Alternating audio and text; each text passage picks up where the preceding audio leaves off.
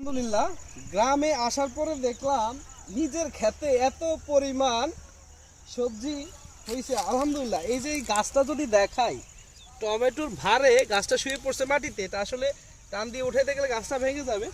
আর একটু এদিকে এদিকে আসেন, একটু যদি আর একটু দেখাই, এই যে দেখেন আমার ফুলকপি বাঁধাকপিগুলো, মূলত এগুলো বাঁধাকপি, হিউজ পরিমাণ বাঁধাকপি আমার এই ছোট্ট এই জায়গাতে।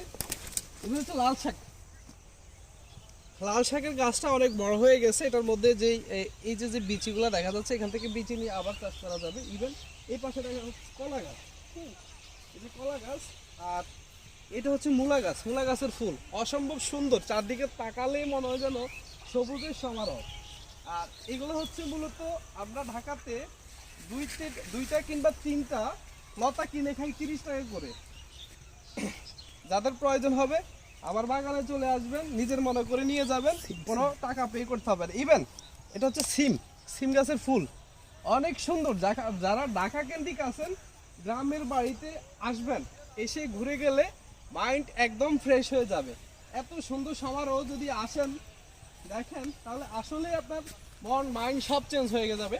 এবার এটা হচ্ছে আমাদের নারকেল গাছ, অনেক সুন্দর এই নারকেল গাছগুলো। এগুলো হচ্ছে লাল টাইপের যে নারকেল, সেই নারকেলগুলো বেসিক্যালি এই গাছে ধরে।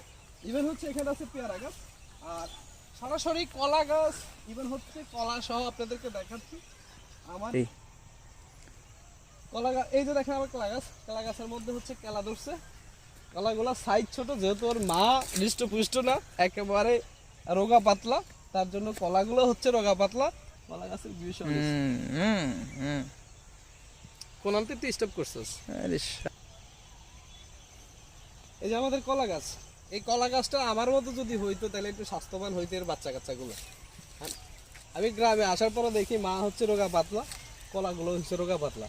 যাদের কলা খাওয়ার শখ আছে আমার বাগানে চলে আসবেন, কোনো টাকা দিতে হবে না, এসে কলা ছিঁড়ে নিয়ে খেয়ে ফেলবেন, কোনো কথা নাই। সবাই ভালো থাকবেন, আল্লাহ হাফেজ। আবার আমার ভাঙা ঘরে ভাঙা চালানে ভাঙা বেড়ার পাখে,